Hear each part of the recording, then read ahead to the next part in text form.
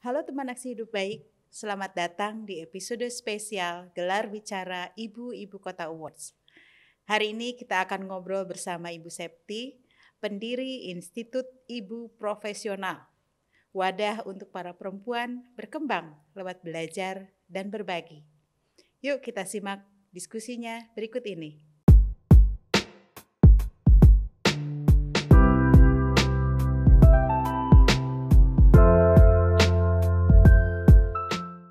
Ibu Septi, apa kabar? Kabar baik, Bu Ferry. Bagaimana dengan Bu Ferry?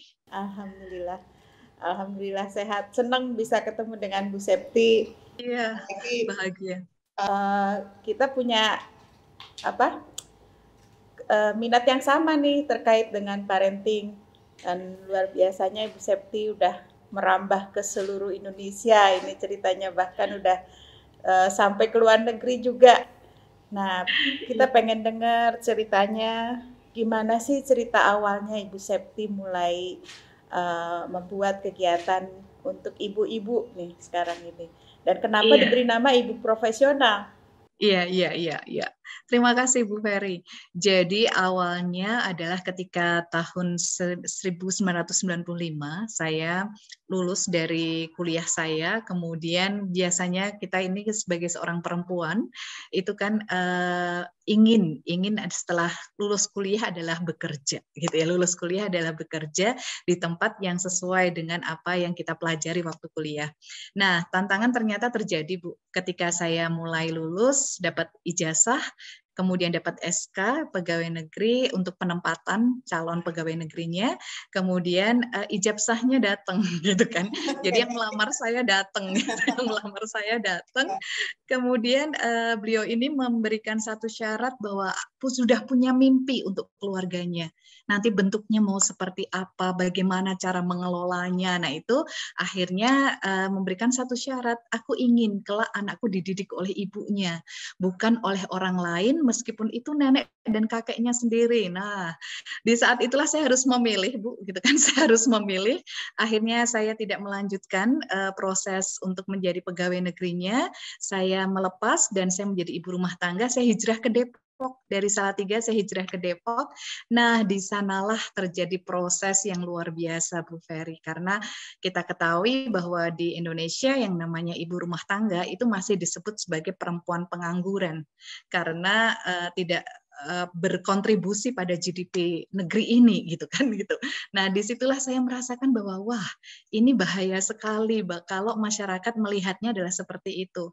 Bahkan diri kita sendiri pun juga merasakan bahwa ketika kita mulai menjadi ibu rumah tangga itu ditanya Mbak Septi kerja di mana, itu agak malu-malu waktu itu saya gitu. Jadi saya merasakan saya Bahkan di cuma ibu rumah. form juga ada ya pekerjaan. Iya, pekerjaan itu ada form pekerjaan itu waktu itu hanya ibu rumah tangga itu tidak disebut sebagai sebuah pekerjaan gitu kan.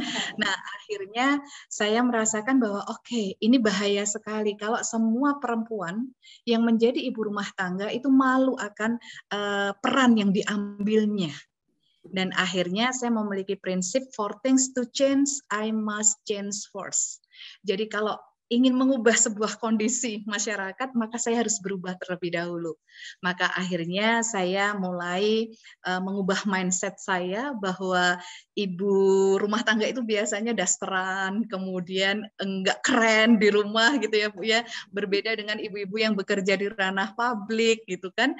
Akhirnya saya bilang, oke, saya gantung daster saya dari jam 7 pagi, kemudian sampai dengan jam 7 malam saya mengenakan kostum selayaknya perempuan-perempuan yang kerja di ranah publik gitu. Kemudian saya belajar banyak Bu di situ. Saya belajar banyak dan akhirnya 8 tahun saya di rumah untuk menggodok sebuah proses bagaimana saya berubah, dan setelah itu tahun 2011 baru saya memberanikan diri untuk membuka bagi teman-teman lain karena saya sudah selesai dengan diri saya, dan akhirnya 2011 saya mulai membuka kalau ada teman-teman berbagi pengalaman gitu, berbagi pengalaman secara offline terlebih dahulu, kemudian 2012 baru dinaikkan di online dan jadilah ibu profesional. Nah, kenapa ibu profesional? Tadi pertanyaan Bu Ferry adalah karena untuk menjadi saya memiliki prinsip Bu, bahwa Segala sesuatu kalau dipegang oleh bukan oleh ahlinya, maka tunggu tingkat kehancurannya.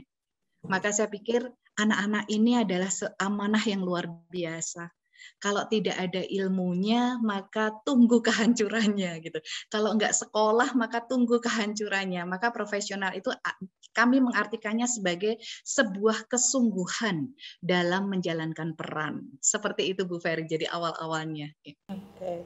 Jadi Mbak Septi melihat bahwa sebagai seorang perempuan, apakah itu seorang ibu rumah tangga ataupun sebagai ibu, itu harus melihat dirinya sebagai dengan upaya-upaya yang serius ya sebetulnya. Bukan sekedar sambil lalu menjadi orang tua, menikah, ya jatuh cinta misalnya ya, jatuh cinta, menikah, ya kita lewati gitu ya. Nggak ada persiapan, nggak ada keseriusan, gimana yang datang ke kita itu yang direspon gitu. Jadi kita harus antisipasi dengan mempersiapkan diri secara profesional lah istilahnya ya, mempersiapkan diri. Jadi menjadi pembelajar, belajar terus untuk bisa. Nah, kemudian ceritanya kan tadi dari mulai sendiri ya, mengerjakan untuk diri sendiri dulu, baru kemudian ngajak temen yang deket-deket sekitar kita gitu. Sekarang kok bisa sampai sudah mendunia tuh gimana ceritanya?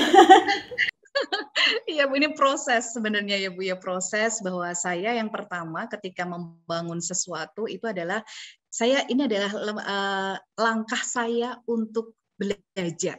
Ini adalah forum belajar saya.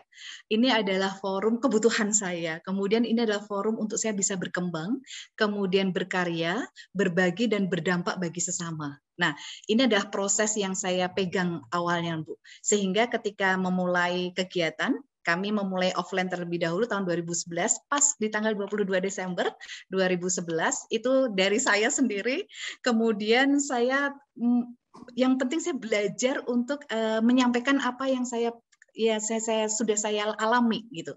Jadi menyampaikan apa yang sudah saya alami terus-menerus seperti itu.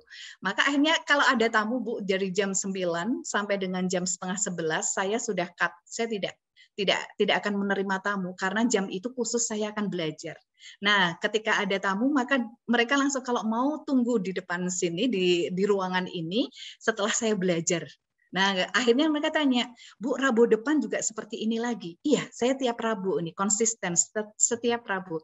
Berarti saya boleh ke sini lagi dan boleh bawa teman lagi ya Bu? Ya boleh.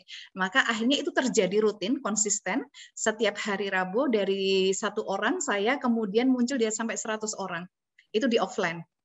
Nah, kemudian 2012 baru saya unggah dan akhirnya muncullah member dari tahun 2012 sampai dengan 2013 itu 3.500 ibu gitu. 3.500 ibu konsisten mengikuti pembelajaran setiap Rabu gitu, setiap Rabu. Dan akhirnya mereka karena ini online, mereka ingin offline juga gitu kan, mereka ingin offline juga sehingga hybrid, ada kegiatan online, ada kegiatan offline itu sejak tahun 2012. Kemudian muncullah regional-regional. Para ibu-ibu ini berkumpul yang Jakarta kumpul, yang Payakumbuh kumpul, kemudian yang Nusa Tenggara kumpul, mereka kumpul semuanya untuk berbagi apa yang didapatkan di online. Kemudian akhirnya muncullah WhatsApp, Bu. Ketika muncul WhatsApp di tahun 2015, kami akhirnya memberikan platform pembelajaran lewat WhatsApp, sehingga terdampak ke ibu-ibu yang luar biasa banyaknya. Tahun 2015 sampai 2018 itu sampai 11 ribuan ibu. Itu bisa belajar bareng, satu ibu memegang 100 gitu. Ketika pandemi ini membuat kami akhirnya kayak KKN gitu, karena sudah mengalaminya sejak tahun 2012, sudah work from home, sudah learn from home bersama dengan anak-anak, kemudian sudah menerima kondisi bahwa kami berada di rumah dan kami bisa produktif dari dalam rumah. Sehingga sekarang sudah banyak timnya, manajemennya sudah jadi, dan mereka berjalan sesuai dengan perannya masing-masing. Seperti itu, Bu Ferry. Menarik sekali. Jadi pandemi sebetulnya jadi nggak perlu penyesuaian yang bikin kaget-kaget itu ya. Kemarin ini kan banyak sekali orang tua yang merasa kaget dengan perubahan peran yang drastis karena dia kerja di rumah, Iya, anak sekolah di rumah, semua dikerjakan bersama-sama yang tadinya terbiasa dengan pembagian waktu kerja dan rumah yang terpisah gitu ya. Nah, ini kan iya, konsepnya ibu profesional itu tadi bahwa kita harus memperlakukan kehidupan ini dengan serius, dengan sepenuh hati, termasuk dari persiapan-persiapan untuk menjadi orang tua gitu ya. iya, Nah, iya, betul. Ibu belajar parenting, belajar ini dari mana ketika masih sendiri waktu itu? Iya, jadi ketika sendiri itu kami apa namanya sering untuk belajar bersama suami saya gitu bersama suami saya untuk diskusi terus Bu. Jadi sebenarnya yang melatih saya itu adalah suami saya. Jadi beliau ini sangat dari zaman-zaman kuliah dulu sudah sangat senang dengan anak-anak dan dunia anak-anak, dunia pendidikan gitu ya, dunia pendidikan sehingga setiap hari ini proses pembelajaran di rumah kami terjadi. Adanya apa? Suami saya setiap kali mau berangkat kerja, beliau meninggalkan satu buah buku. Satu buah buku, kemudian saya harus membacanya, gitu. Saya harus membacanya sampai tuntas sehari. Dan nanti ketika beliau pulang kerja, setelah selesai semua makan, saya harus presentasikan isi buku tersebut. Nah, karena diskusi, terus kemudian setelah diskusi adalah implementasi. Akhirnya apa yang bisa kita kerjakan dalam keluarga. Nah, itu adalah membaca berbagai macam referensi, kemudian mengaplikasikan dalam kehidupan sehari-hari. Sehingga jadilah kami memiliki kurikulum keluarga kami. Kurikulum keluarga kami yang kami susun sesuai dengan kebutuhan kami dan anak-anak. Nah, disitulah akhirnya saya merasakan bahwa, oh, begini ini caranya untuk mendampingi ibu-ibu yang lain. Jadi bukan memberikan doktrin bahwa ini yang terbaik, tapi adalah kami menggali, Bu. Kami menggali dari kebutuhan dari para ibu, sebenarnya kebutuhan mereka apa, spesifik anak-anaknya seperti apa, dan ayo kita bikin kurikulum ala keluarga Anda. Dan tidak ada yang kurikulum yang baik dan kurikulum yang jelek. Itu adalah kurikulum yang cocok untuk keluarga Anda. Nah, untuk menjadi fasilitator ada syarat tertentu atau bisa siapa saja? Iya, kami ada pelatihannya, Bu. Jadi ada pelatihan untuk menjadi fasilitator karena di Ibu Profesional ini ada capacity building, itu adalah komponen untuk institut Ibu Profesional. Kemudian ada community building-nya, adalah komunitas. Jadi masing-masing komponen itu memiliki fasilitator. Sehingga syarat untuk bisa menjadi fasilitator adalah mereka harus selesai di kelas foundation terlebih dahulu, lolos dulu di kelas foundation, karena ini adalah syarat pertama untuk masuk di Ibu Profesional agar sama value-nya, agar mereka memahami bahwa Ibu Profesional itu seperti apa. Kemudian setelah itu yang akan menjadi fasilitator di Institut Ibu Profesional, maka harus melalui materi matrikulasi, kemudian tahapan Bunda Sayang, tahapan Bunda Cekatan, nah kemudian ada tes fasilitator, gitu. Ada ujian fasilitator dan mereka boleh mengajar teman-teman di kelas matrikulasi. Nah itu terus berproses seperti itu. Demikian juga ketika komponennya ada di komunitas. Ketika dia di komunitas, maka ada Ayunda. Nah ada Ayunda ini yang mendampingi para ibu ini ketika memilih sesuai dengan passion. Ada rumah belajar menjahit, ada rumah belajar memasak, ada rumah belajar fotografi gitu. Itu masing-masing memiliki kelas dan dipandu oleh masing-masing fasilitator. Seperti itu. Jadi belajarnya nggak cuma parenting dong ya? Tadi ada Enggak, Bu. ada. Tidak, Bu. Parenting itu hanya sebagian kecil di kami ini. Jadi pertama ini adalah matrikulasi ini untuk mengenal bagaimana kita dan pasangan itu sudah klop belum gitu kan. Kemudian nanti di Bunda Sayang baru how to educate the children. Bagaimana kita mendidik anak-anak kita. Kemudian kalau di Bunda Cekatan itu ada how to manage the family. Jadi bagaimana kita bisa menjadi manajer buat keluarga kita. Jadi yang tadinya hanya kasir keluarga, kami naikkan lagi, ayo belajar lagi menjadi iya, menjadi manajer keuangan gitu ya, manajer keuangan keluarga ya. Tadinya cuma koki gitu ya, koki aja masak aja, naik yuk jadi manajer gizi keluarga. Kemudian yang misal tukang antar jemput anak sekolah gitu ya, biasanya ibu-ibu kan gitu ya, tukang antar jemput anak sekolah, ayo dinaikkan lagi menjadi manajer pendidikan keluarga. Nah, itu di Bunda Cekatan. Nanti kalau sudah lulus di Bunda Cekatan, mereka naik lagi Bu ke Bunda Produktif. Jadi bagaimana ibu ini bisa mandiri secara finansial, bisa jati dirinya keluar, passionnya keluar, kemudian karyanya keluar sesuai dengan dirinya, menemukan kembali dirinya tanpa harus meninggalkan anak dan keluarga. Jadi tetap aja di rumah, kita bisa berkarya dari rumah. Bahkan kali ini kita punya tagline adalah dari rumah untuk dunia gitu. Nah, kemudian nanti tahapan keempat kita adalah Bunda Solehah. Di Bunda Solehah ini adalah bagaimana keberadaan ibu dan perempuan itu bisa bermanfaat bagi dirinya, keluarganya, dan lingkungan sekitarnya. Jadi di tahap terakhir ini ibu-ibu belajar menjadi ibu pembaharu, menjadi change maker mother gitu, change maker mother untuk dirinya, keluarga, dan lingkungan sekitarnya. Jadi tahapannya seperti itu, Ferry. Luar biasa. Saya ngebayanginnya ibu profesional itu ya bahwa untuk menjadi orang tua kita harus belajar. Tapi ternyata ini lebih dari itu. Bagaimana kita sebagai perempuan bisa berdaya, bisa berkarya, dan bisa berdampak gitu ya. Betul, Bu. Karena itu value kami, yaitu adalah 5B, Bu. Belajar, kemudian berkembang, setelah berkembang berkarya, kemudian berbagi. Jadi ada berbaginya, dari karyanya itu dibagikan. Kemudian terakhir adalah berdampak. Nah, ini adalah di semua komponen selalu harus ada unsur 5B ini. Gitu. Luar biasa. Nah, jadi saya ingin bertanya nih. Tadi kan salah satu fasilitator itu harus tahu apa sih ibu profesional itu. Nah, boleh dijelasin nggak sih Mbak Septi, Bu Septi, apa ibu profesional itu? Kalau dibuat dalam kalimat. Kalimat ya, ibu profesional adalah kalau dari sebuah entitas adalah forum belajar bagi para ibu dan calon ibu yang ingin meningkatkan kualitas dirinya, ya, kualitas dirinya dalam menjalankan peran sebagai seorang perempuan, seorang istri, dan seorang ibu.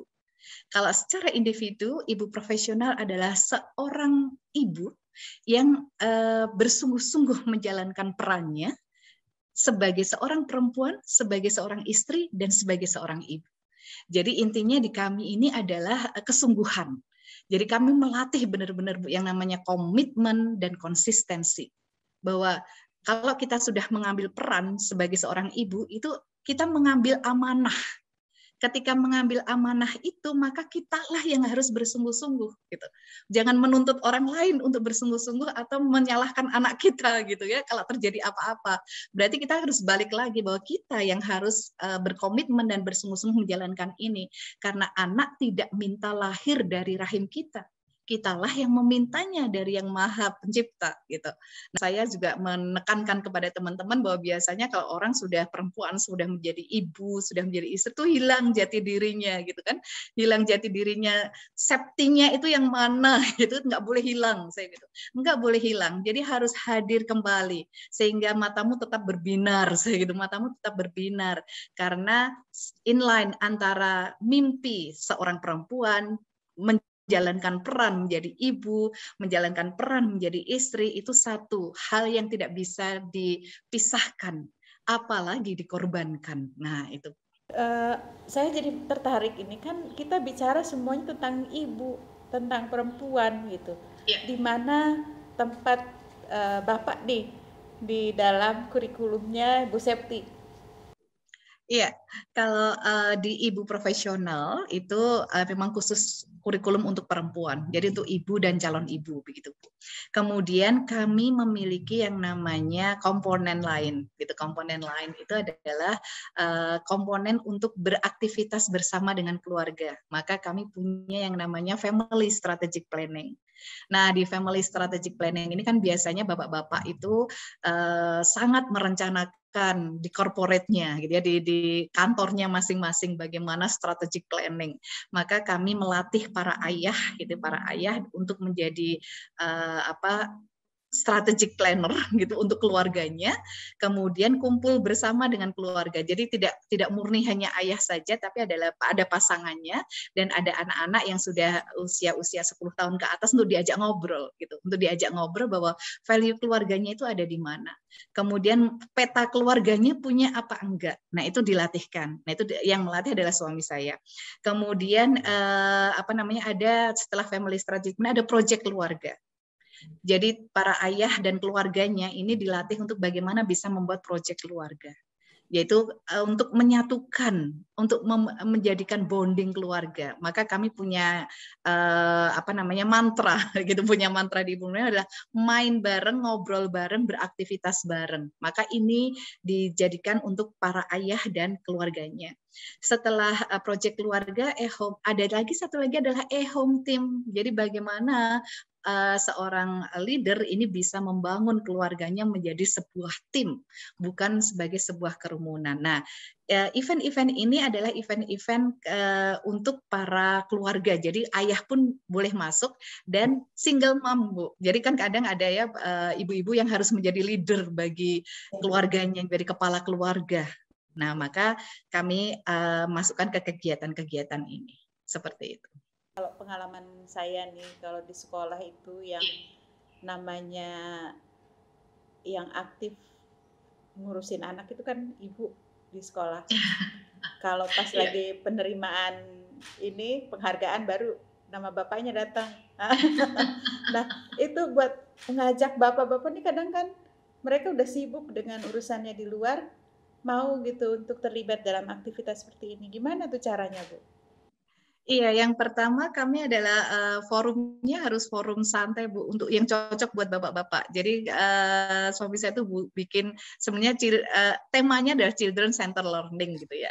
Tapi dikasih namanya apa? Ngopi gitu, ngopi bareng gitu, ngopi bareng. Jadi kami hanya mengajak bapak-bapak, yuk kita camping bareng, kita kemah, kemudian kita ngopi bareng, kita hiking gitu ya, kita hiking. Nah, misalkan yang senang sepedaan, ayo sepedaan bareng. Nah, di saat itulah ternyata muncul hal-hal di mana para ayah ini ternyata keren loh dalam mendidik anak-anak, dalam sesuai dengan porsinya. Jadi jangan diajak parenting gitu. Kalau saya jangan pernah diajak parenting ayah ini. Jadi misalkan nih saya ini kan belum terlibat di kegiatan IP. Saya sebagai seorang ibu, sebagai seorang ibu rumah tangga ingin terlibat di ibu profesional ini. Gimana caranya? Iya, jadi nanti daftar dulu, Bu. Daftar di foundation. Nanti ada tadi ya Desember kalau nggak salah. Desember, betul. Ya, betul, Bu. Jadi bulan Desember kita pas ulang tahun yang ke-10 itu kita membuka pendaftaran, kemudian Ibu daftar di sana, dan setelah itu ada pengumuman siapa saja yang lulus karena tidak semuanya diterima, Bu, berdasarkan kapasitas kami gitu, kapasitas kelas kami, dan akhirnya mereka yang sudah diterima itu akan masuk di kelas foundation. Jadi kayak orientasi kampus gitu ya, Bu, ya, kayak orientasi kampus. Mereka masuk dulu di kelas, kemudian setelah lulus di kelas foundation, mereka melanjutkan ke penjurusan. Jadi ada penjurusannya. Jadi yang senang dengan altruism, kebaikan, untuk menjalankan kebajikan, itu kami memiliki yang namanya sejuta cinta. Kemudian yang senang belajar sampai dengan tahapan-tahapan sampai selesai menjadi fasilitator dan sebagainya, mereka masuk ke jurusan di institut. Kemudian mereka yang senang bisnis, itu masuk ke KIPMA namanya, Bu. Itu di sana ada forum belajarnya di KIPMA. Mereka yang senang dengan rumah belajar, kemudian membuat passion, sesuai dengan passionnya, masuknya ke komunitas penjurusannya. Cita-cita apa sih, Bu, dari Institut Ibu Profesional yang belum tercapai? Iya, ibu profesional ini sekarang kan menggawangi ibu-ibu dengan rata-rata usia adalah 20-40 tahun, Bu. 20-40 tahun, sedangkan saya sendiri secara pribadi ini sudah memasuki usia jelita, jelang 50 tahun dan sudah punya cucu gitu kan. Sudah punya cucu, maka saya punya sebuah impian lagi bahwa saya harus memegang para ibu-ibu yang sudah jelita dan alita. Jadi para ibu-ibu yang jelang 50 tahun, kemudian di atas 50 tahun, sehingga mereka menjadi nenek-nenek profesional, gitu ya. Menjadi nenek-nenek profesional yang tidak akan mengganggu keluarga anaknya, kemudian mendidik anak, melihat sudut pandang cucunya, itu sesuai dengan perkembangan zaman, tidak memandangnya secara emosional, gitu, emosional. Kalau ibu-ibu ada yang mau belajar untuk menjadi ibu yang baik, untuk mengembangkan potensi diri, maka ikut bergabung di Institut Ibu Profesional. Dan waktunya cuma 1 jam 1 minggu. Terima kasih banyak, Bu. Sama-sama, Bu Ferry. Insya Allah. Mudah-mudahan kita bisa bertemu dan ngobrol-ngobrol lain waktu. Dengan senang hati, Bu. Semoga pandemi ini segera berlalu dan kita bisa ketemu nantinya. Insya Allah. Oke. Sampai jumpa lagi, Bu Septi. Assalamualaikum warahmatullahi wabarakatuh. Waalaikumsalam warahmatullahi wabarakatuh.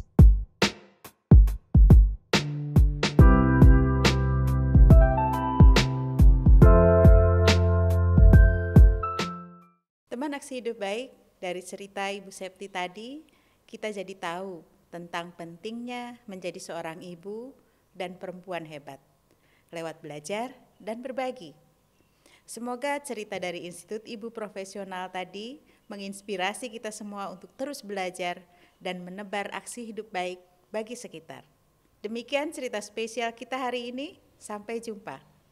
Didukung oleh Plus Jakarta, Institut Ibu Profesional, PT Jaya Konstruksi Manggala Pratama Tbk, PT Paragon Innovation and Technology, Batik Betawi Shop, Seraci Batik, Batik Marunda, Keluarga Batik Betawi, Rumah Betawi.